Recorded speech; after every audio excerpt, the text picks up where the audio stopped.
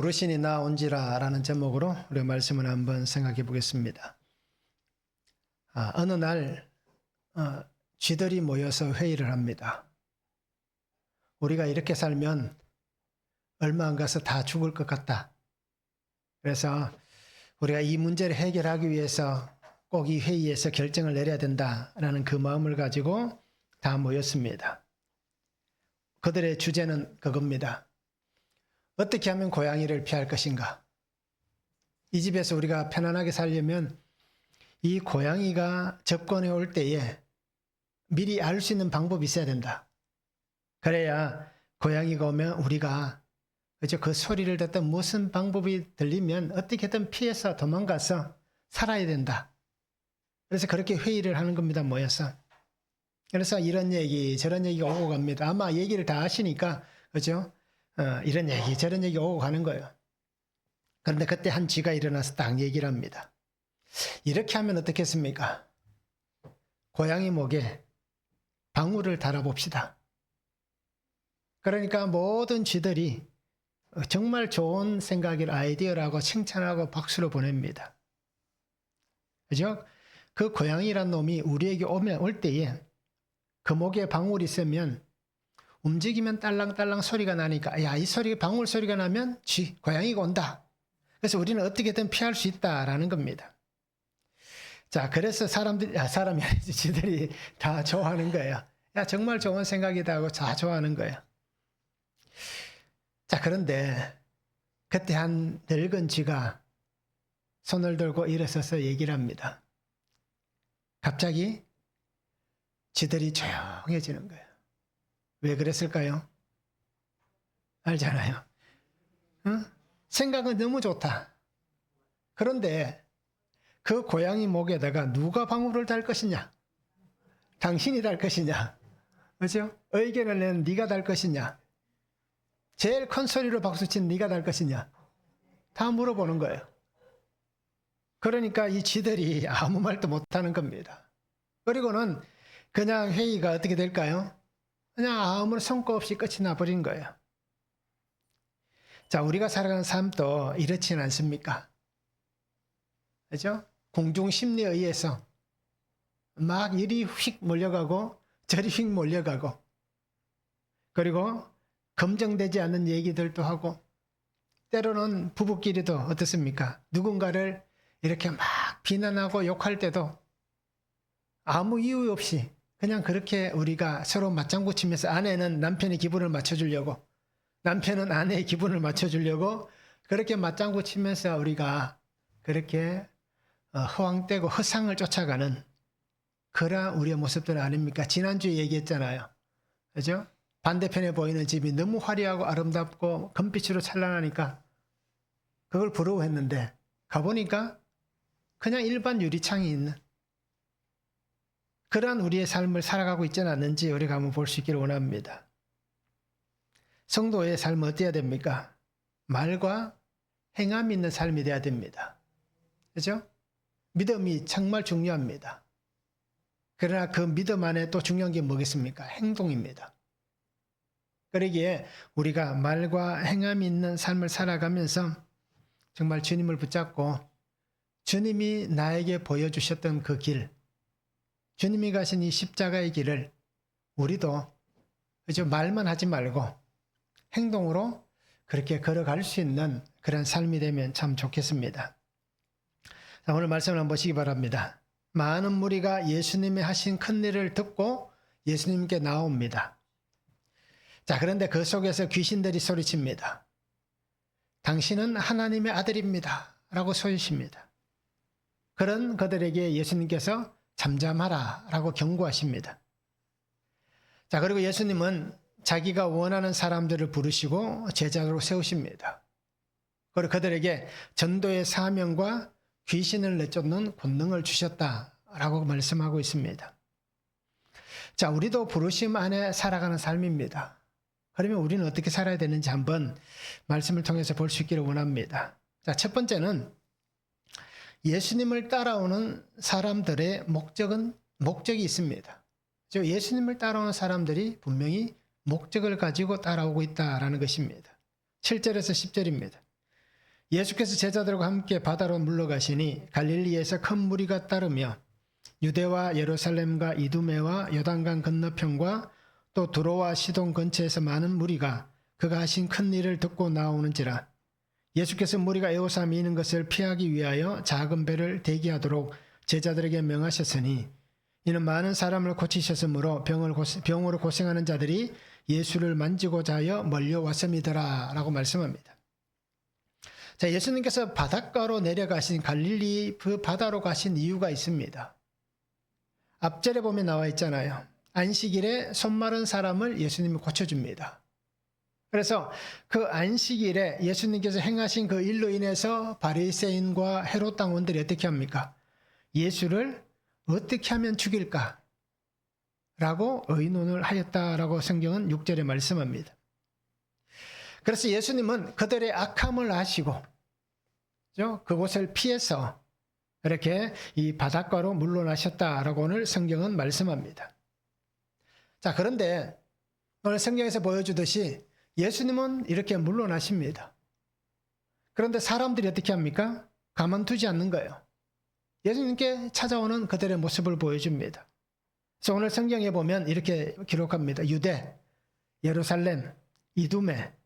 이두메는 로마식 표현이고요. 이때 당시 우리가 알듯이 에돔 지역입니다. 그래서 요단강 건너편, 두로와 시돈. 어떻게 보면 이 이스라엘 전체 또 이방 지역까지 모든 곳에서 예수님께서 하신 큰 일을 듣고 그들이 예수님께 찾아오고 있는 것입니다. 자, 왜 예수님께 사람들이 몰려왔다라고 얘기합니까? 큰 일이 무엇입니까?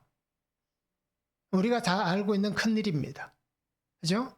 지금 마가복음만 놓고 보면 3장까지 나와 있는 기록들을 통해서 보면 귀신 들린 자들, 나병 환자들, 중풍병자들, 그리고 손 마른 사람까지 이렇게 예수님께서 행하셨던 그 놀라운 소문, 야, 이런 질병도 이런 귀신들이 예수님께서 말씀하시고 예수님께서 명령하시고 예수님께서 잡아주시니 그들 안에 놀라운 은혜 역사가 일어났다더라 라고 한 소문을 듣습니다. 상상할 수 없잖아요. 귀신이 떠나가고 중풍병이 깨끗해지고 나병이 깨끗해졌다. 우리가 상상할 수 없는 일입니다. 그런데 이 치유와 회복의 역사가 일어나는 것을 듣기도 하였고 실제로 그 질병에 잡혀있던 사람이 치유된 것을 보았기 때문입니다. 그러니 사람들이 어떻게 합니까? 야, 저 사람이 치료가 됐다면, 저 가정이 회복됐다면 나도 하나님께서 나를 고쳐주지 않을까? 예수님께서 나도 치유해 주시지 않을까? 내 문제를 해결해 주시지 않을까? 라는 그 기대와 마음을 가지고 자신들의 이 시간을 아까워하지 않고 오늘날 같이 기차를 타고 가느냐 버스를 타고 가거나 택시를 타고 가거나 자가용을 가져가면 가까운 거리일 수 있잖아요. 그런데 우리가 어떻습니까? 두로와 시돈 같은 경우는 굉장히 멀잖아요. 그러니 그 먼 거리에서 걸어서 온다는 것 쉽지 않습니다. 그런데 그 시간을 다 마다하지 않고 올 수 있는 이유는 뭡니까? 나도 예수님을 만나면 예수님께서 치료하시고 회복하실 것이다 라는 그 기대를 가지고 사람들이 나오는 겁니다.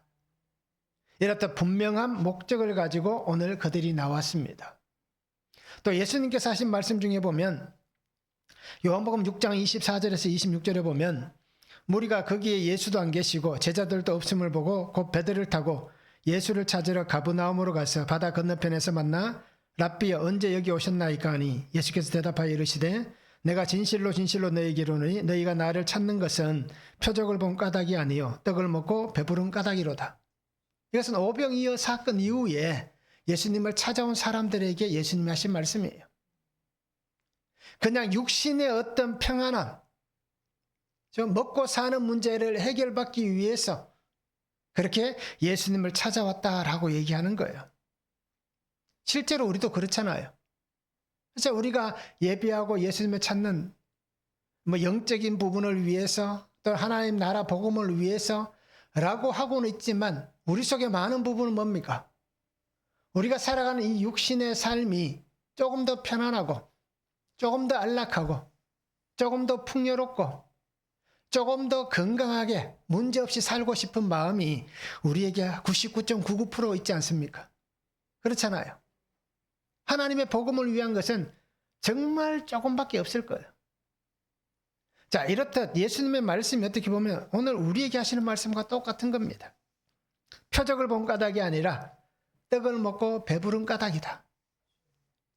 자, 이렇게 오는 사람도 있지만 또 혈루병을 앓는 여인은 어떻습니까? 마가복음 5장 27절에 28절에 말씀합니다. 예수의 소문을 듣고 무리 가운데 기어 뒤로 와서 그의 옷에 손을 대니 이는 내가 그의 옷에만 손을 대어도 구원을 받으리라 생각함이라. 이 혈루병 여인은 어떻습니까? 12년 동안 고생하다가 자기의 가진 것을 다 허비했다라고 성경은 말씀하잖아요. 그러다가 예수님에 대한 소리를 들은 거예요. 그리고는 예수님에게 찾아온 겁니다. 내가 손만 대어도, 예수님의 손을 붙잡는 것도 아니에요. 그냥 예수님의 옷에만 손을 대어도, 스치기만 해도 내가 이 질병에서 구원을 받을 것, 치료를 받을 것, 회복될 것이다 라는 그 믿음으로 이 여인이 예수님께 나왔습니다. 이렇듯 오늘 마가복음 3장에 나오는 사람들도 마찬가지지만 자신들의 삶의 이유를 가지고 우리는 분명히 예수님을 찾아옵니다. 그런데 그 목적이 어떻든 간에 예수님께서 하신 일은 무엇입니까? 긍휼의 은혜가 그들에게 있게 하시는 겁니다. 불쌍히 여기시는 거예요. 그래서 그들이 하나님의 은혜를 입게 되는 겁니다. 오늘 우리의 삶도 마찬가지입니다. 오늘 현대를 살아가면서 나는 무엇 때문에 예수님을 찾고 있습니까? 내가 예수님을 찾는 삶의 이유와 목적은 무엇입니까? 왜 예수님을 찾아갑니까? 예수님을 만나기 위해서 또는 하나님 앞에 우리의 삶을 드리기 위해서 예배를 드립니다. 그러면 오늘 찾아온 보람이 있습니까? 그래도 잘 왔습니까? 어떻습니까? 그래도 잘 왔다. 그죠? 안 온만 못하다. 그런 생각이 있는지, 가봤는데 별 것 없네. 이렇게 생각하시는지. 우리의 삶의 이유와 목적을 가지고 예수님을 찾는데 정말 해결받은 은혜도 있을 거고요. 아직 해결되지 않는 것도 있을 거예요. 그래서 해결의 은혜를 입은 적도 있고 아직도 해결의 은혜를 입어야 할 것도 분명히 존재합니다. 자, 그러면서 이 나의 삶의 무게, 이 짐을 내려놓기를 원하시는 주님 앞에 내려놓고 있는지, 아니면 이 예배 시간에 나왔어도 그 짐을 내려놓지 못하고 끝까지 내가 붙들고 그거 집어지고 있다가 또 다시 짊어지고 집으로 가는지, 이 시간 우리가 나 자신을 분명히 볼 수 있기를 원합니다. 예수님밖에 없습니다. 지난주에 우리가 찬양했다 그랬잖아요. 주님 한 분밖에 없다. 그죠? 주님으로 충분하다고. 오늘도 예수님으로 충만하다고. 그러게 오늘 우리 성도님들이 이 은혜를 잘 붙잡으시기 바랍니다. 저는 늘 기도할 때 이렇게 기도합니다. 제가 은혜 입기를 위해서도 기도하지만 우리 가정이, 자녀와 아내가, 가족들이 은혜 입기를 위해서 기도하고요. 또 성도들이, 또 교회가 은혜 입기를 위해서 늘 기도합니다. 그리고 그 예수님의 은혜를 기다리고 있습니다. 그러게 오늘 우리가 정말 예수님의 말씀처럼 혈루증을 앓던 여인에게 예수님 하신 말씀 있잖아요. 따라 내 믿음이 너를 구원하였으니 평안히 가라. 내 병에서 놓여 건강할지어다. 라고 하시는 이 말씀이 건강뿐 아니라, 그죠? 내 믿음이 너를 구원하였으니 평안히 가라. 너의 문제에서 놓여 평안할지어다. 회복될지어다. 말씀하시는 이 은혜의 역사가 동일하게 일어나기를 기대하시기 바랍니다. 그리고 그 은혜 안에서 예수님께서 나에게 주시는 삶을 살기 위해서 우리가 늘 구할 수 있기를 원합니다. 우리 목적이 어떻든 상관없습니다. 그런데 그 목적이 불순하여도 괜찮은 거예요. 시간이 지나면 내가 바뀌는 것은 내가 바뀌고 싶다고 해서 바뀌는 게 아니라 하나님이 바꾸어 가시는 겁니다. 예수님의 손길 안에 내가 있기만 하면 나를 돌보시고 나를 고치시고 새롭게 하시는 분은 예수님이신 거예요. 그런데 왜 우리가 아직까지 변화되지 못하고 돌보심 가운데 있으면서도 새로워지지 못한 이유가 뭡니까? 그냥 내가 붙들고 있으면서 내가 하려고 하니까 이건 내 문제다. 내가 아니면 할 수 있는 사람이 없다. 하나님에게 이것까지도 내가 부탁을 할 수 없다. 그런데 하나님 뭐라고 얘기합니까? 그것마저도 다 내어놓으라고 얘기하시는 거예요. 우리의 짐을 다 주님 앞에 내어놓으시기 바랍니다.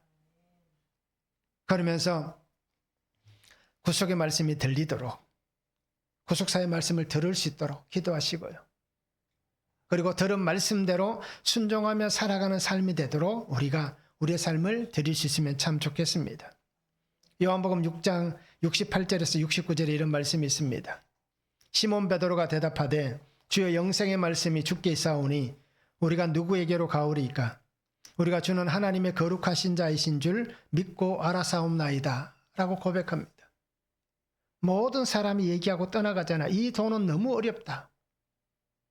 예수님의 말씀은 너무 어렵다. 이건 우리가 사는 삶에는 전혀 적용할 수 있는 것들이 없다. 너무 힘들다. 우리가 예수님 믿고 따라가서 너무 어렵다라고 얘기할 때에 예수님께서 제자들에게 하신 말씀이 있습니다. 그때 베드로가 영생의 말씀이 주께 있는데 우리가 어디로 가겠습니까? 이런 믿음과 고백으로 우리가 예수님과 함께 영원한 생명으로 살아갈 수 있는, 우리가 예수님을 찾아오고 따라올 때는 어떤 삶의 이유와 목적을 가지고 왔지만 그러나 이제는 우리가 변해서 우리의 삶의 이유와 목적이 이 땅의 것이 아니라 오늘 영생의 말씀만 붙잡고 이 땅에서 구원을 위해서 구속사를 위해서 살아갈 수 있는 그러한 성도들이 되면 좋겠습니다. 그래서 눈에 보이는 것만 따라가지 말고 예수님의 말씀을 붙잡으시기 바랍니다. 매일 나에게 주신 말씀을 붙잡고 그 말씀 안에서 영원을 살아낼 수 있는 그런 삶이 되면 참 좋겠습니다. 한번 적용해 보시기 바랍니다. 나의 목적은 무엇이었습니까? 그러면 지금 목적은 또 무엇입니까? 예수님을 만지기 위해 지금 무엇을 하고 있습니까? 병든 자처럼 만지고자 하는 간절함이 있습니까? 어떻습니까? 한번 적용해 보시기 바랍니다. 나에게 행하신 큰 일은 무엇입니까? 예수님께서 이 큰 일을 행하셨습니다 라고 전하고 있는지, 또 전할 수 있는지 한번 적용해 보시면 좋겠습니다. 두 번째는 예수님의 경고가 있습니다. 11절에서 12절입니다. 더러운 귀신들도 어느 때든지 예수를 보면 그 앞에 엎드려 부르짖어 이르되 당신은 하나님의 아들이니이다. 예수께서 자기를 나타내지 말라고 많이 경고하시니라 말씀합니다. 자, 예수님께 사람들이 몰려옵니다. 자, 그런데 오늘 성경을 보시기 바랍니다. 사람들만 온 게 아닙니다. 그렇죠? 사람은 육체를 가진 육적인 존재이고 귀신은 영적인 존재입니다.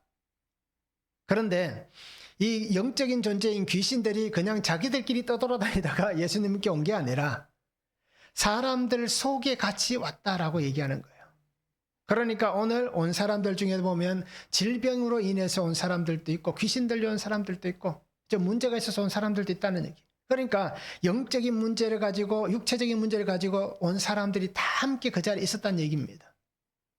그런데 그들 속에 있던 귀신들이 어떻게 합니까?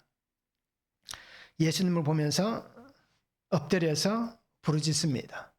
당신은 하나님의 아들입니다 라고 얘기하는 거예요. 자, 그런 그들에게 예수님께서 뭐라고 얘기합니까? 잠잠하라 경고하시는 거예요. 시끄럽다, 떠들지 마라 라고 얘기하시는 거예요. 자, 마태복음 8장 29절에 보면 이에 그들이 소리질러 이르되 하나님의 아들이여 우리가 당신과 무슨 상관이 있나이까? 때가 이르기 전에 우리를 괴롭게 하려고 여기 오셨나이까? 그죠? 귀신들은 예수님을 보면 다, 우리는 몰라보지만 귀신들은 보면 아는 거예요. 자, 오늘 성경에 나와 있듯이, 그죠? 또 마가태복음 8장에 나와 있는 이 귀신들은 그라사 지방에 있던 군대 귀신 들렸던 사람을 만났을 때 장면입니다. 자, 이렇듯 하나님의 아들이다라는 것을 잘 알고 있는 거예요.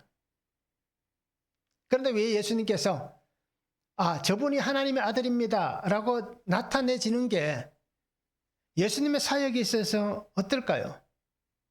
좋을까요? 나쁠까요?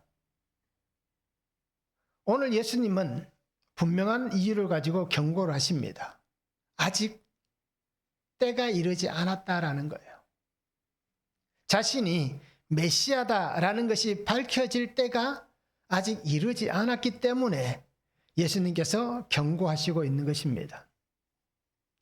그래서 예수님의 이 사역의 시간이 있어야 되고요. 또 십자가 구속의 은혜의 시간이 있어야 되고 또 생명의 부활의 영광이 있는 그 시간들이 분명히 존재합니다. 이 모든 시간은 하나님께서 정하신 시간 안에, 그죠? 하나님의 시간 안에 이루어져야 될 하나님의 은혜의 순간들인 거예요.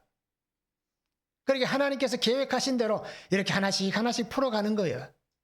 그런데 갑자기 이 귀신들이 나타나서 당신은 하나님의 아들입니다. 메시아입니다.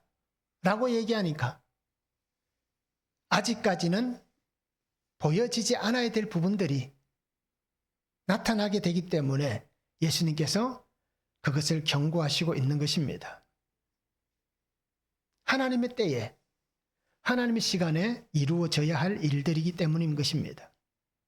그래서 예수님은 자신의 사명, 이 사역을 해야 될 시간들이 분명히 존재하기 때문에 이 사명과 사역을 위해서 잠잠하라 라고 경고하고 있는 것입니다. 또 그리고 이렇게 알려지는 것이 귀신들 때문에 알려지는 것이 아니라 예수님께서 그것을 오픈하셔야 되는 거예요. 즉 예수님에게 허락되어져 있는 영역이지 이 오픈되는 것이 사탄들에게 귀신들에게 허락된 영역이 아니기 때문에 예수님은 그저 허락되지 않는 영역이기 때문에 너희는 잠잠해라 라고 그렇게 말씀을 하고 있는 것입니다. 자, 그러면 오늘 우리는 어떤 경고를 받고 있습니까? 그죠? 예수님이 나에게도 경고하실 거예요. 야, 너 그렇게 살면 안 돼. 너 그렇게 하면 안 돼. 그렇게 해서 되겠니? 옐로 카드 한 장, 2장. 너는 퇴장이야. 이렇게 말씀하시는 분명한 때가 있는 거예요. 내가 받고 있는 경고는 무엇입니까? 마태복음 25장 26절에 말씀합니다. 악하고 게으른 종아, 나는 심지 않은 데서 거두고 해치지 않은 데서 모으는 줄로 내가 알았느냐. 한 달란트 받은 종에게 얘기하는 거예요. 악하고 게으르다라고 얘기합니다. 한 달란트면 얼마나 많은 금액이에요. 그죠? 상상할 수 없는, 우리가 지금 쉽게 만질 수 있는 돈이 아니잖아요. 뭐 요즘은 정확하게 모르지만 예전은 몇십 년 전에는 직장인들이 평생 월급을 모아도 1억을 못 모은다고 옛날에 얘기했어요. 그런데 이 한 달란트는 어떻습니까? 그것보다 훨씬 많은 돈입니다. 그런데 그것을 어떻게 했다라고 얘기하잖아요. 그래서 그에게 얘기합니다. 악하고 게으른 종아. 또 누가복음 13장 7절에 보면 포도원지기에게 이르되 내가 3년을 와서 이 무화과 나무에서 열매를 구하되 얻지 못하니 찍어버리라. 어찌 땅만 버리게 하겠느냐. 자, 3년 동안 나무를 기다려줬습니다. 그런데 3년이 지나도 열매가 없는 거예요. 과실수가 열매를 맺을 수 있는 기간이 있습니다. 나무를 심고 어느 정도 기간이 지나면, 그죠? 열매가 맺히는 시간이 있는 거예요. 그럼에도 그렇게 기다려줬음에도 열매가 없다. 땅만 버리고 있다라고 얘기하고 있습니다. 자, 이런 경고의 말씀. 있는 것마저도 빼앗기는 이 경고의 말씀을 오늘 우리는 듣지 않습니까? 한 달란트 받은 종같이 또는 열매 없는 무화과 나무같이 우리에게 말씀하시진 않습니까? 시간이 있을 때 돌이켜야 됩니다. 아직 나에게 돌이킬 수 있는 시간이 존재할 때 우리는 돌아설 수 있어야 됩니다. 말씀을 듣습니다. 그 말씀이 오늘 나에게 경고의 말씀으로 들리십니까? 오늘 나에게 말씀이 들립니다. 그 말씀이 정말 주님께서 나에게 그 사랑과 마음과 은혜를 가지고 긍휼을 가지고 말씀하시는 그 말씀으로 들리십니까? 주의 말씀이 들린다면 우리의 삶을 돌이키시기 바랍니다. 그래서 말씀대로 순종하며 살아갈 수 있는 그런 삶이 되면 참 좋겠습니다. 시간을 그냥 보내면 지나간 시간은 돌릴 수가 없습니다. 그렇게 우리가 앞으로 살아갈 시간이 얼마나 더 남아있겠습니까? 그 남아있는 시간 동안 예수님의 말씀을 듣고 예수님 말씀 안에서 우리가 이렇게 순종하며 살아갈 수 있는 저도 되고 우리 성도님들도 되면 참 좋겠습니다. 한번 적용해 보시기 바랍니다. 나에게 예수님은 무엇이라고 하실 것 같습니까? 내게 예수님은 뭐라고 할 것 같습니까? 착하고 충성된 종아라고 말씀하실까요? 아니면 악하고 게으른 종아라고 말씀하실까요? 한번 적용해 보시기 바랍니다. 말씀이 들리시나요? 경고의 말씀이 들리십니까? 구속사의 말씀이 들리십니까? 말씀을 듣기 위해서 어떻게 살겠습니까? 말씀을 들었다면 어떻게 살아가시겠습니까? 한번 적용해 보시기 바랍니다.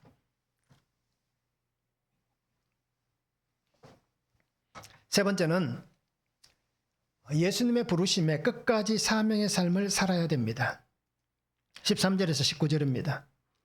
또 산에 오르사 자기가 원하는 자들을 부르시니 나온지라 이 12를 세우셨으니 이는 자기와 함께 있게 하시고 또 보내사 전도도 하며 귀신을 내쫓는 권능도 가지게 하려 하심이르라. 이 12를 세우셨으니 시몬에게는 베드로란 이름을 다하셨고 또 세베대의 아들 야고보와 야고보 형제 요한이니 이 둘에게는 보아너게 곧 우레의 아들이란 이름을 다하셨으며 또 안드레와 빌립과 바돌로메와 마테와 도마와 알페오의 아들 야고보와 및 다데오와 가나나인 시몬이며 또 가룟 유다니 이는 예수를 판 자더라라고 말씀합니다. 자, 예수님은 12명의 제자를 부르십니다. 오늘 성경에 보면 자기가 원하는 자들을 부르시니 그들이 나왔다 말씀하고 있습니다. 자, 성경은 예수님께서 제자들을 만나시고 그들을 부르셨던 장면들이 다 기록되어 있습니다.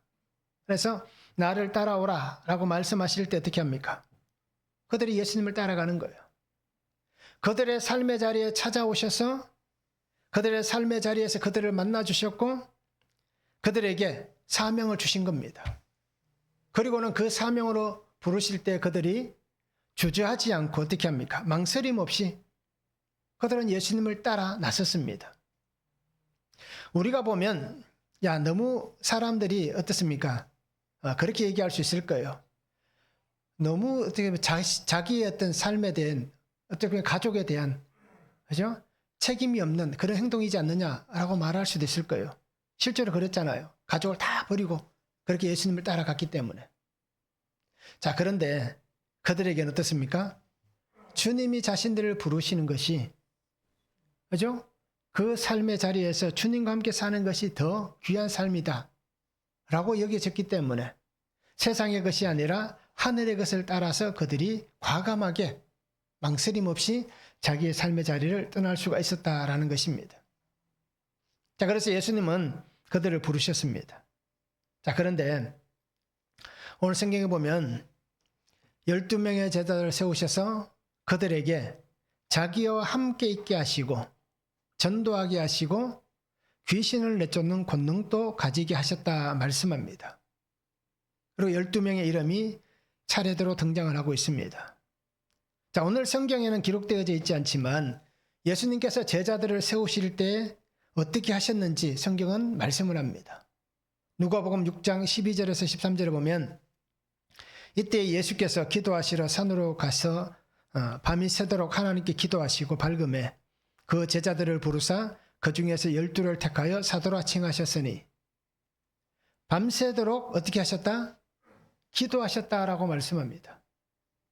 제자를 세울 때에 그냥 너 잘생겼다. 너 건강하게 보인다. 아, 너 돈 많구나. 세리니까 돈 많구나. 라고 해서 12명을 택한 게 아니란 얘기입니다. 예수님께서 제자들을 부르실 때 모습을 보면 그저 가는 곳마다 이렇게 부르셨지만 그 사람들 속에서 기도하시고 하나님과의 깊은 영적 교제 속에서 제자들을 세우셨다라고 말씀합니다. 그래서 예수님께서 부르신 그 부르심에 누구도 아닙니다. 나는 안 됩니다. 라고 말할 수 없는 그 놀라운 사실을 오늘 성경은 말씀해 주시고 있는 것입니다. 그래서 제자로서 부르심을 받은 삶은 나를 부르신 주님을 위해서라면 내가 분명히 어떻게 살아가야 할 삶의 의무와 책임이 있다라는 것을 우리가 알아야 되는 겁니다. 나를 부르신 목적대로 사는 거예요. 그래서 오늘 예수님과 함께 사는 겁니다. 그리고 예수님의 이름을 통하여서 하나님의 나라 복음을 전하는 전도의 삶을 사는 겁니다. 그리고 귀신을 내쫓는다는 것은 하나님이 주신 권능을 가지고 사는 삶이 되어야 하는 겁니다. 내가 예수님을 믿는 제자의 삶을 살아가지만 이 영적인 어떤 부분에 있어서 귀신을 쫓을 수 없을 수 있는 거예요. 그렇잖아요. 예수 믿는다고 해서 다 귀신을 쫓는 건 아닙니다. 근데 이것은 어떤 의미입니까? 하나님이 주신 그 권위, 권능, 그것을 가지고 사는 삶이 되어야 한다라는 것입니다. 그러니까 우리는 예수님께서 나를 부르신 이 목적대로 살면서 이 땅에서 열매를 맺어야 하는 겁니다. 그리고 땅끝까지 주의 증인으로 순종하며 살아가야 하는 것입니다. 그리고 나를 보내시는 그 자리가 어디인지 그곳에서 나의 삶을 통하여서 정말 신실한 종으로 성실하고 진실되게 살아가는 그 삶을 살아가야 하는 것입니다. 이것이 바로 오늘 예수님의 부르심의 사명으로 사는 삶의 모습인 겁니다. 12명의 제자들, 그들은 어떻습니까? 순교의 삶을 살기도 했습니다. 또는 마지막까지 복음을 전하다가 그죠? 그냥 죽음을 맞이한 사람도 있습니다. 이런저런 수많은 일들을 겪으면서 이들이 복음을 전했습니다. 그런데 또 12명의 제자 중에 누군가는 예수님을 배신하는 그 배신의 길을 간 사람도 있습니다. 똑같은 자리에서 똑같은 은혜를 입었지만 그들의 삶과 사명의 마지막은 다르게 나타나는 삶도 있었다는 겁니다.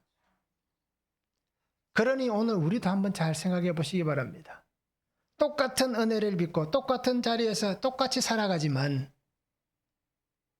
우리의 삶이 달라질 수 있다라는 것입니다. 고린도전서 9장 24절에 보면 바울은 이렇게 얘기합니다. 운동장에서 다름질하는 자들이 다 달릴지라도 오직 상을 받는 사람은 한 사람인 줄을 너희가 알지 못하느냐. 너희도 상을 받도록 이와 같이 다름질하라. 경기를 하면, 달리기 경기를 하면 많은 사람들이 참여를 합니다. 그런데 그 많은 사람들이 참여해서 상 받는 사람은 소수가 되는 거예요. 이 얘기가 왜 한 얘기인지를 우리가 한번 묵상해 보시기 바랍니다. 왜 바울이 이런 얘기를 했을까? 저에게는 하나의 기도 제목이 있습니다. 뭐 여러 가지가 있지만 그 중에서도 요즘 가장 어떻게 보면 중요하게 생각하는 기도 제목이 한 가지가 있습니다. 그것은 뭐냐면 마지막까지 예수님과 함께 살아가는 삶이 되기를 기도합니다. 변질되지 않는. 변질이란 말을 쓰면 우리가 참 크게 볼 수 있잖아요. 마음이 바뀌지 않는. 세상 살아가면서 예수님이 없는 그런 삶이 되지 않도록 기도를 하고 있는 겁니다. 오늘날 우리가 들려지는 소문들이 참 많습니다. 특히 목사이기 때문에 목사들에 관련된 얘기들 참 많이 듣습니다. 그러면 자기의 자리를 지키지 못하는 사람들, 그 자리를 지키지 못하고 무너지는 것들을 보기도 하고 듣기도 합니다. 그래서 교회에서는 목사라는 직분이 있고 장로, 권사, 집사의 직분이 있고 성도의 직분이 있는 겁니다. 그런데 이러한 직분들을 지키지 못하고 뭐 직분을 떠나서 정말 예수 믿는 사람으로서의 사명을 지키지 못하는 사람들이 있다는 겁니다. 세상에 살면서 무너지기도 하고요. 물질 때문에 무너지기도 하고요. 또 뭐 여자 문제 때문에 무너지기도 하고요. 환경 때문에 무너지기도 하고 결국 그러다 보니까 신앙이 파괴되고 무너지는 그런 삶을 보기도 합니다. 자, 이런 소리들 참 많이 요즘 더 많이 듣는 것 같아요. 그래서 존경받았던 분인데 저분이 저럴 수도 있구나 라는 것을 듣게 됩니다. 그러기에 누구도 장담할 수 없는 시간을 살아가는 거예요. 그래서 저는 그렇게 기도하면서 내 마음이 변하지 않도록 그렇게 하는 것은 마지막까지 예수님과 함께 그렇게 살아갔으면 좋겠다라는 겁니다. 마음이 흔들리지 않도록, 삶이 흔들리지 않도록. 자, 예수님의 제자 중에도 이런 일이 있었잖아요. 그죠? 12명이 나오지만 오늘 보면 가룟 유다는 이는 예수를 판자르라. 어떻게 보면 우리보다 더 믿음이 좋았을 수도 있잖아요. 우리보다 더 위대한 사람일 수 있잖아요. 예수님에게서 직접 3년 동안 말씀을 들으면서 그렇게 살았던 사람인데 그러니 나와는 비교할 수 없는 사람인 거예요. 근데 그 사람조차도 그죠? 예수님을 팔았습니다. 또 중간에 누가 있었습니까? 우리가 알듯이 뭐 제자들은 예수님 잡힐 때 12명이 어떻게 합니까? 그냥 다 도망간 거예요. 발가벗은 몸으로 도망가는 사람도 있었습니다. 심지어 베드로는 어떻게 했습니까? 저주하며 모른다고 3번이나 부인했던 그 삶을 산 거예요. 그러니 이런 일들이 나에게도 일어날 수 있는 것입니다. 이것이 현실인 거예요. 그리고 우리 성도님들이 저도 그렇게 기도하고 있지만 우리가 사명으로 왔다가 사명으로 가는 인생이 되도록 기도하시기 바랍니다. 요즘은 교회도 그렇고 세상도 그렇고 만몬이 주인인 시대입니다. 돈이 주인인 시대인 거예요. 그래서 다들 무너지는 게 뭐 때문에 무너집니까? 돈 때문에 다 무너집니다. 평생을 쌓아왔던 그 아름다운 성이, 믿음의 아름다운 성이 노년에 이 돈으로 인해서 다 무너지는 거예요. 결국 그러면 과연 그 사람이 하나님의 구원의 은혜를 입을 수 있을까라는 의문이 생깁니다. 그죠? 결국 주님을 부인한 베드로 또는 주님을 부인하고 판 가룟 유다 그들과 뭐가 다르겠냐라는 겁니다. 돌아서서 다시 돌아오지 않는다면 가룟 유다가 되는 것이고 그렇게 무너졌다가 다시 돌아오면 베드로가 될 수도 있는 거예요. 이것이 우리의 현실이고 우리의 삶인 거예요. 그러니 저도 마찬가지고 우리 성도님들도 마찬가지입니다. 사명으로 왔다가 사명으로 가는 인생이 되도록 그래서 하나님께서 나를 기뻐하시는 그런 삶을 그런 믿음을 우리가 살아가면 참 좋겠습니다. 그래서 끝까지 이제 다른 거 붙잡지 말고 다른 거 붙잡았다고 하더라도 그죠? 조금만 붙잡고 예수님만 꼭 붙잡고 그렇게 살아갈 수 있는 삶이 되면 좋겠습니다. 한번 적용해 보시기 바랍니다. 예수님이 나를 부르신다. 예수님 나를 부르십니다. 나는 어떻게 응답하시겠습니까? 나는 무엇이라고 답하시겠습니까? 한번 적용해 보시기 바랍니다.